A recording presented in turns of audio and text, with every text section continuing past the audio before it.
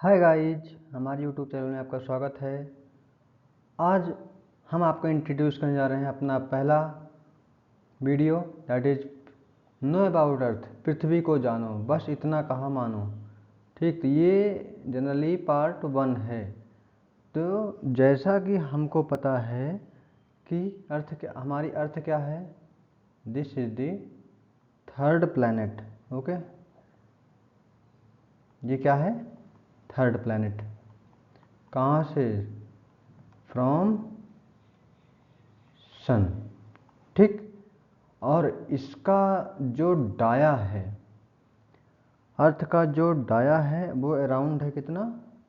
हाँ, 12,742 किलोमीटर का। ठीक, और सरकमफ्रेंस कितना हो गया इसका? इसका सरकमफ्रेंस है अराउंड 40,075 किलोमीटर का। ओके, तो आज हम इससे रिलेटेड अराउंड 19 क्वेश्चन करने वाले हैं, 19 क्वेश्चन, वो भी एमसीक्यू फॉर्म में। तो वीडियो बहुत लंबी नहीं होगी, जनरली 5 मिनट देखिए, उसके बाद फिर नेक्स्ट वीडियो में आएंगे कंटेंट जानने के लिए कुछ अच्छा खासा। तो चलते हैं हाँ पहली स्लाइड की तरफ कि what is the earth's largest continent by area. Largest continent by area कौन सा है? तो दिस इज द एशिया। तो Asia is the largest continent by area. चलते हैं सेकंड क्वेश्चन तरफ। मैं आपका टाइम नहीं बहुत वेस्ट करूंगा, 2-3 मिनट का वीडियो देखिए, 20 क्वेश्चन तैयार कर लीजिए बस, फिर आएंगे हम सेकंड तरफ। Which layer of the earth is composed of mostly of iron और निकल। तो यहाँ पे ध्यान से देखिए, अर्थ की जनरली 3 लेयर होती है, क्रस्ट, मेंटल और कोर। कोर को देखेंगे तो कोर को जनरली यहाँ के 2 भागों में दिया गया है, एक आउटर कोर एक इनर कोर। कुछ यहीं के, तो यहाँ पे क्या आएगा? Inner core. ठीक है, due to the intense heat mostly iron and nickel, nickel यहाँ पे पाया जाता है। ठीक है, अब चलते हैं नेक्स्ट स्लाइड की तरफ। What is the name of the super continent that existed around 300 million year ago. तो this is the Pangaea. Okay, Pangaea existed 3 million year ago. ठीक है, अब पैंजिया के ही जनरली 2 भाग बने। नॉर्थ वाला जो बना था ये हमारा, ये गोंडवाना था, और जो साउथ वाला ये जो बना था ये क्या था? ये लॉरेशिया था। और जो मॉडर्न कॉन्सेप्ट है that is the Eurasia. Okay, चलते हैं हम नेक्स्ट स्लाइड की तरफ। Which mountain range is the longest in the world. तो हिमालयन माउंटेन रेंज जो है वो लॉन्गेस्ट है, कितना है? 2400 किलोमीटर की। ओके, चलते हैं नेक्स्ट स्लाइड की तरफ।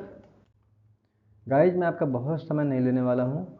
Which of the following is the most abundant gas in the earth. सबसे ज़्यादा पाई जाने वाली कौन सी गैस है? तो nitrogen.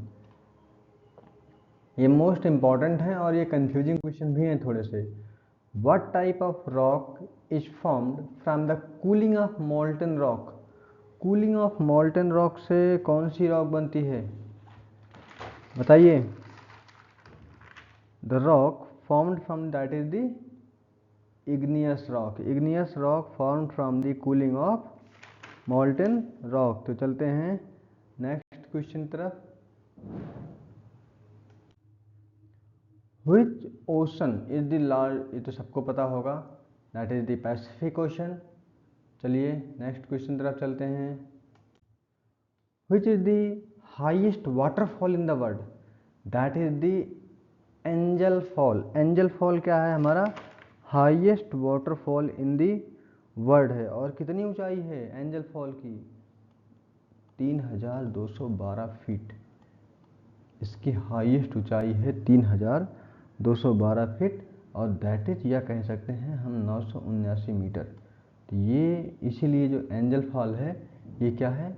Highest waterfall in the world है। चलते हैं अपने अगले क्वेश्चन तरफ कि what is the term for the point of the earth on the earth surface directly above the focus of an earthquake।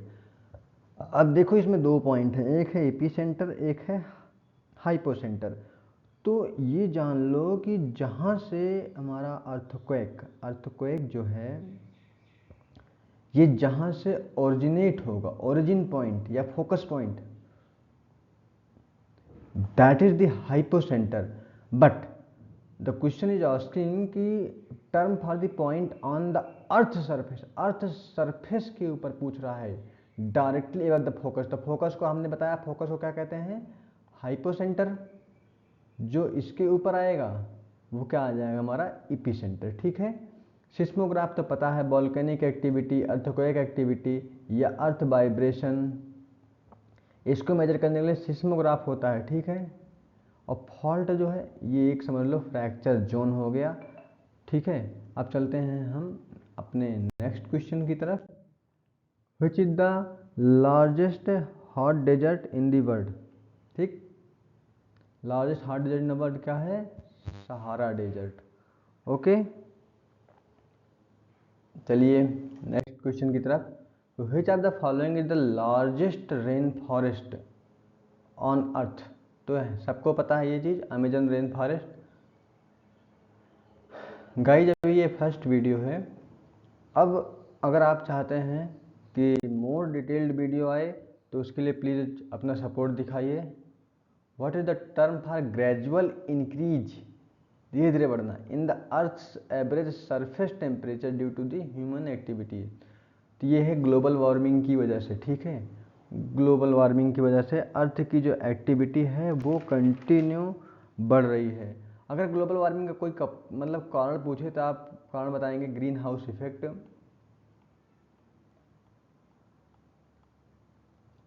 Number दूसरा अगर हम कह सकते हैं कि rising temperature,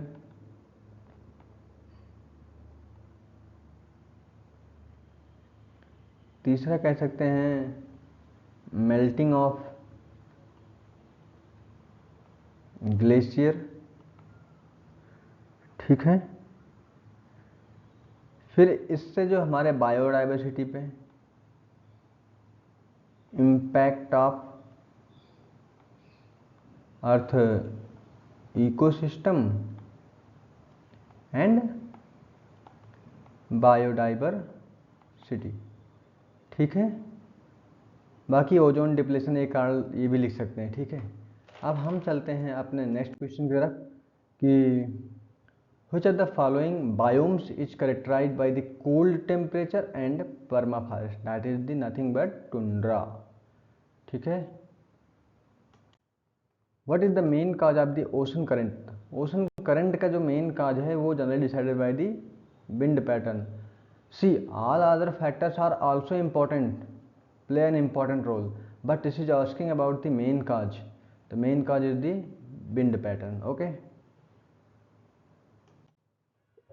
what type of forest is characterized by trees that lose their leaves every year, that is deciduous forest।